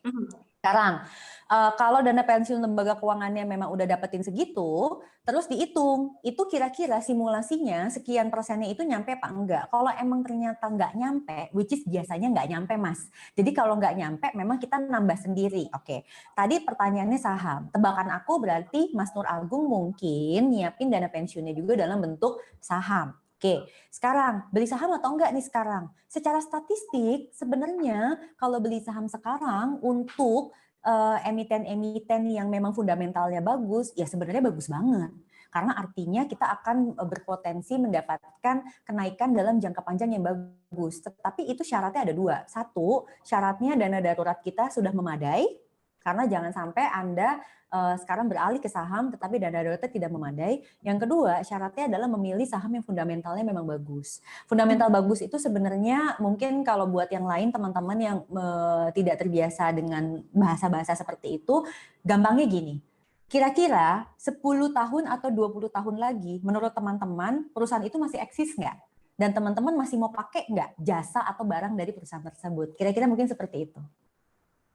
Mbak Prita, sebetulnya pertanyaan Mas Nur ini kan lebih khusus bisa kita bahas mudah-mudahan dalam ngopi selanjutnya dengan tema strategi investasi saat krisis ya. Benar kan? Oke, boleh juga sih. Aku sih tinggal tunggu aja undangan dari PJB Academy. Ini aku pancing-pancing biar aku diundang di bos lagi. Kita sama kita. Jadi Mbak Prita, tadi ada yang menegaskan. Tadi ada yang menegaskan pertanyaan keduanya Mas Kampus Berantas itu belum dijawab Mas Hilman. Nominal maksimal dana darurat. Tadi kelupaan pertanyaan kedua itu. Nominal maksimal dana darurat. Perlu ada batasan atau tak terbatas? Perlu, batasannya ya 12. Karena kalau kebanyakan juga nanti kita nggak punya investasi gitu. Nggak punya investasi, lupa playing, having fun, ya enggak? Jangan dong, jangan lupa playing dong ya. Hidup itu harus dinikmati untuk masa kini dan masa nanti. Kan kalau secara Muslim pun juga seperti itu. Diaturnya itu sepertiga hari ini, sepertiga masa sulit, sepertiga masa depan. Jadi jangan hari ini juga susah-susahan gitu loh. Kira-kira itu kayak gitu. Mbak, ini ada Mas Diki Ari Sandrawan. Kita kasih kesempatan untuk live juga. Silahkan Mas Diki Ari. Yang mana nih orangnya nih? Mas Diki. Halo Mas Diki. Iya, Mbak. Iya, silakan Mas. Langsung sama Mbak Prita. Pertanyaannya apa? Singkat aja Mbak ya. Monggo. Untuk pegawai-pegawai baru yang di bawah 5 tahun, biasanya kan prioritasnya kan banyak nih Mbak. Kayak contoh mungkin menikah, rumah, dan isi rumah. Nah, ya target dana darurat kan kita punya, meskipun belum terpenuhi 100%, apakah ketika kita punya dana lebih, kita bijak untuk membelanjakan itu untuk target-target kita Mbak? Contoh yang mungkin kayak ngisi rumah itu yang memang kirain ngisi rumah. Mas Diki lajang atau sudah ada calon? Sudah menikah Mbak. Lah, sudah menikah. Kok tadi masih mau nanya dana pernikahan sih Mas? Kan saya jadi bingung. Ini dia, saya juga bingung karena situasi pandemi seperti sekarang, pernikahan itu yang penting akad Mas atau pemberkatan, nggak butuh resepsi Mas. Nggak boleh ngundang-undang orang dalam jumlah besar sementara ini. Oke, Mbak, menjawab pertanyaan ini menarik sekali nih, dilema karyawan yang statusnya kurang dari 5 tahun masa jabatan. Ya, saya setuju sekali bahwa mereka-mereka yang mungkin bekerja itu masih under 5 tahun itu sekarang tuh kayak merasa, aduh terlalu istilahnya overwhelmed kalau bahasanya. Bahasa saya tuh overwhelmed tuh kayak, saya tuh terlalu bingung, ini terlalu banyak yang harus saya penuhi yang mana. Oke, berarti ini harus masuk ke prioritas Mas. Jadi prioritasnya itu, saya pernah sharing nih waktu di Python juga, itu saya bilang tergantung generasinya. Nah, kalau mungkin baru kerja 5 tahun, berarti Mas Diki ini adalah generasi milenial yang bisa dibilang di paling akhir, udah deket ke generasi Z. Nah, kalau misalnya untuk generasi milenial, sebetulnya apa aja sih yang penting? Nomor 1 dana darurat, oke. Terus tadi Mas udah sempat bilang, kalau misalnya aku tadi udah menikah dan sebagainya, ya udah berarti paling enggak Mas tuh butuh 6 kali si post living tadi. Oke, ini dalam kondisi normal, 6 kali post living. Nah, sambil memenuhi itu bukan berarti dana daruratnya harus sampai full baru yang lain, enggak. Tetapi juga sambil berjalan. Apa yang berjalan? Silakan pilih mana duluan. Bisa pilihnya itu adalah untuk DP rumah tinggal. Yang kedua, bisa pilihnya untuk dana persiapan anak, karena kan tadi katanya udah menikah. Apakah sudah ada anak atau bagaimana? Mas? Akan Mute berbeda soalnya. jawabannya. Sudah ada anak Ada atau anak belum? atau Sudah ada. Sudah ada. Berapa anak? 1, 2, 3. Satu. Oh, satu, baik. Dari istri yang Berarti pertama kalau atau yang sudah ada anak, berarti sudah harus mempersiapkan dana pendidikan anak. Maka kalau begitu saya udah tahu urutannya. Urutan prioritas buat Mas Diki adalah dana darurat. Oke, paling enggak kumpulin sampai 3 kali pengeluaran rutin bulanan atau 3 kali post living yang tadi saya ajarin, tapi terus ditambah sampai targetnya 6 kali.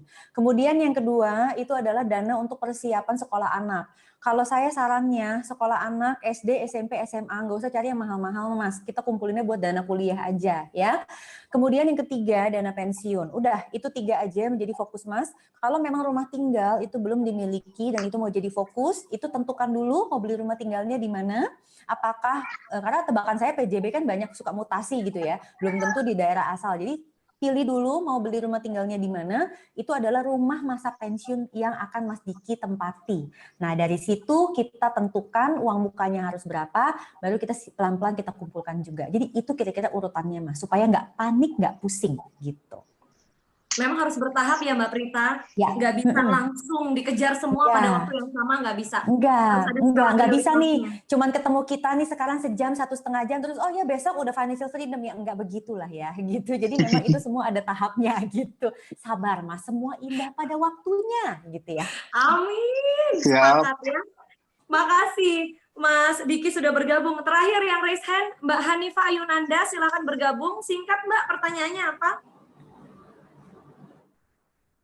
Masih ada waktu? 2 menit, silakan. Oh, ya, Mas Mbak. Hanifah atau Mbak Hanifah? Ini suaminya, Mbak. Oh, maaf ya. Ya. Aduh, aku raruh. Silakan, Mas.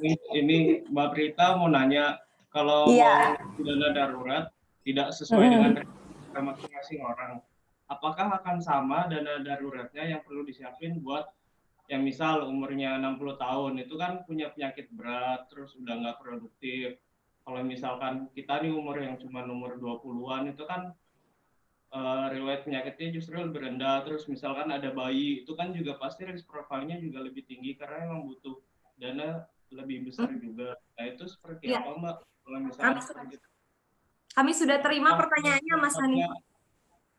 Apakah sama aja atau gimana? Paham. Saya paham pertanyaannya. Oke. Cus. Boleh nggak Mbak?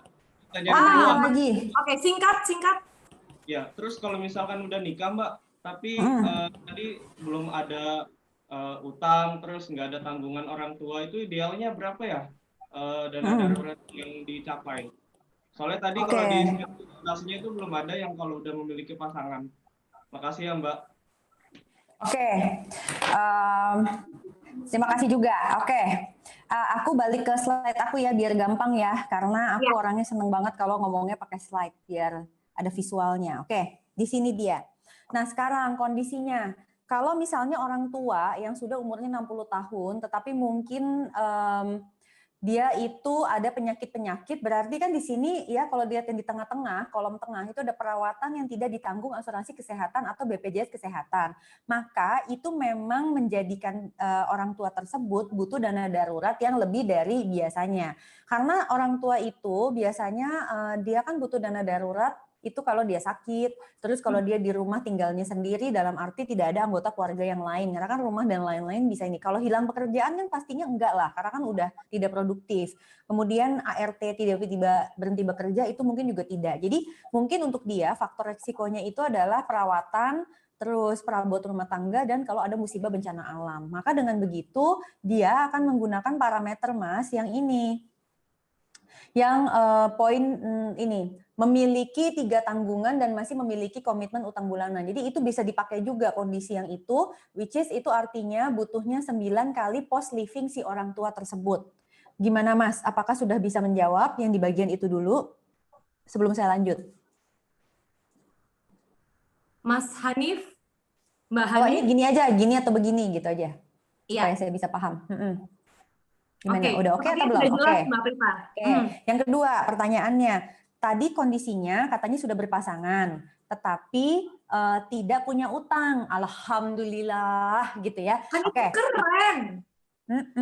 Gitu. Dia soalnya ini sih traveling melulu gitu. Lihat aja tuh di belakangnya tuh virtual background-nya nggak tahu lagi di mana tuh. Gitu. Jadi dia traveling melulu tuh udah wah gitu kan, dia nggak punya utang dia terus gitu kan. Nah, Ya, itu berarti pengen belum ngutang aja gitu Mbak, pengen nabung aja. siapa juga yang nyuruh ngutang Mas, kalau emang bisa beli rumahnya cash ya beli aja rumahnya cash, tapi kalau nggak bisa ya mau nggak mau gitu kan. Nah udah gini, sekarang kalau misalnya saat ini belum punya utang tapi sudah punya pasangan, berarti kondisinya itu masuknya yang tengah-tengah nih Mas, yang memiliki pasangan dan memiliki komitmen utang bulanan. Meskipun nggak punya utang bulanan nggak apa-apa, karena kan takutnya nanti ada anak. Karena kan di sini kondisinya cuma punya pasangan tapi tidak punya utang bulanan. Jadi kalau ada pasangan dan ada anak tapi nggak punya utang bulanan, masuknya juga ke sini yang 6 kali pengeluaran rutin bulanan. Gitu Mas. Gimana? Oke atau belum? Terjawab ya Mas? Oke. Jadi wah. Harusnya saya ini nggak buka lagi sisi tanya jawab karena waktunya terbatas. Tapi ini pertanyaan gemes banget ini. Mbak Prita, apakah dana gagal menikah bisa dipindahkan ke dana darurat? Masya Allah, Mbak Kuro. Mbak Prita, aku nyesek bacanya, Mbak Prita. Bukan gagal menikah, maksudnya ketunda barangkali. Gitu. Betul, pernikahan tertunda dengan orang yang berbeda. Barangkali seperti itu. Intinya gini Mbak ya, jodoh, ajal dan apa satu lagi tuh saya lupa, itu adalah rahasia Tuhan. Jadi apapun itu kita harus bersyukur, artinya kita sedang diberikan jalan yang lebih baik lagi. Nah sekarang kalau tadinya ada dana untuk menikah nggak jadi dipakai, boleh nggak buat dana darurat? Ya boleh gitu kan. Kemudian ini juga satu lagi, tadinya udah ngumpulin dana liburan, ini banyak banget sebagai case ya. Jadi karena tahun ini dia udah rencana liburan, udah ngumpulin dana liburan, terus udah gitu ternyata nggak jadi liburan. Ya wes, gitu itu boleh dipakai buat dana darurat gitu loh Mbak. Jangan khawatir ya, Mbak Prit. Ini mohon maaf dengan segala hormat, waktu sudah menunjuk pukul 14.24. Aduh, oke.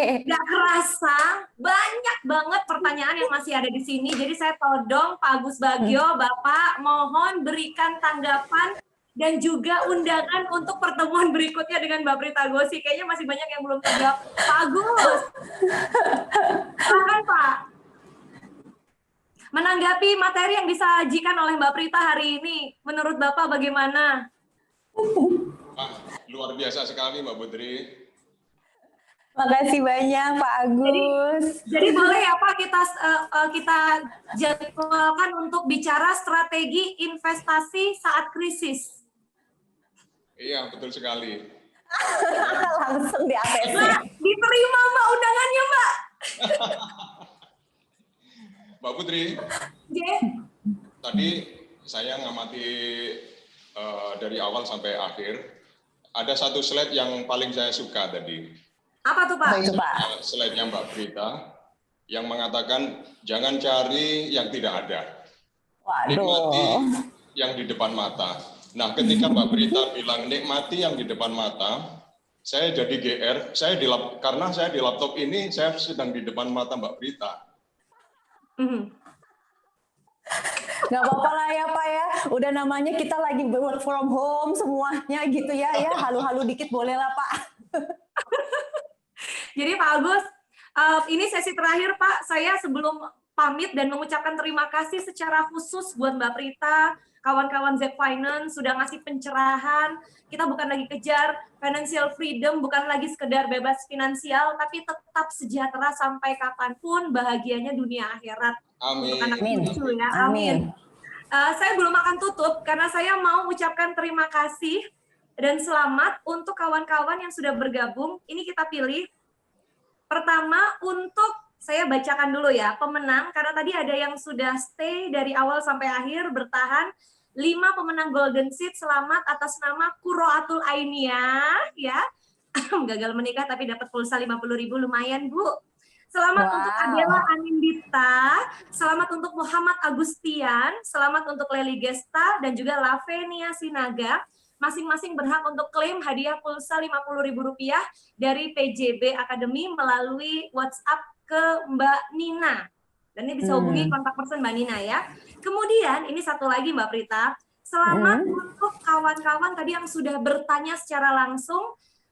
Untuk Mbak Ulisa Diah dari PJB Academy, kemudian selamat untuk Hanifa Ayunanda kantor pusat, dan juga terima kasih untuk Brigita Ayu karena masing-masing berhak pulsa Rp100.000 dari PJB. Rp100.000 lumayan. Dan nggak cuma itu, karena Mbak Prita punya kejutan spesial juga untuk 2 pertanyaan yang berhak untuk mendapatkan hadiah buku yang ditulis oleh Mbak Prita Gozi. Baik sekali. Selamat untuk Brigita Ayu dan juga Arko Prabowo. Masing-masing berhak untuk klaim hadiah buku dari Mbak Prita dan juga Z Finance ya. Masih banyak nih yang chat, kasih pertanyaan, insya Allah kita akan ketemu lagi. Tapi aku pengen semuanya bilang terima kasih ke Mbak Prita bareng-bareng. Terima kasih Mbak Prita. Terima kasih banyak. Terima kasih. Semuanya boleh say hi sekali lagi buat Mbak Prita. Terima kasih banyak Mbak Prita, benar-benar mencerahkan. Aku belajar banyak, aku yakin teman-teman juga belajar banyak. Apapun profesi yang kita tekuni saat ini, karena yang nonton YouTube streaming bisa jadi juga pekerja-pekerja kreatif kayak kita-kita ini. Selain mereka yang karyawan-karyawati perusahaan, mudah-mudahan apapun yang terjadi selama situasi paling sulit ini, kita tetap bisa survive, kita bisa bertahan, kita bisa menghadapinya.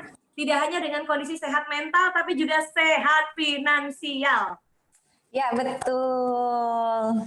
Setelah semua ini terjadi, kami janji Mbak, kami akan siapkan dana darurat lagi untuk pertemuan berikutnya. Terima kasih. Boleh semuanya sekali lagi ucapkan terima kasih untuk Mbak Prita Gozi.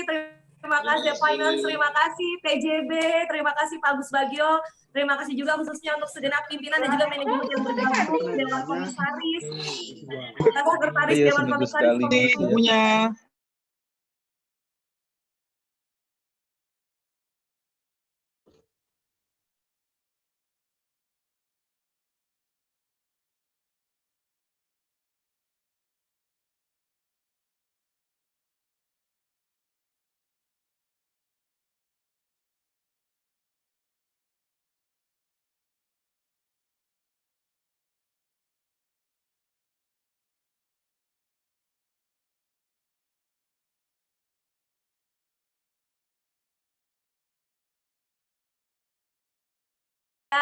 Mbak Prita Gozi maupun Zep Finance biar kita sehat finansial berjamaah ya.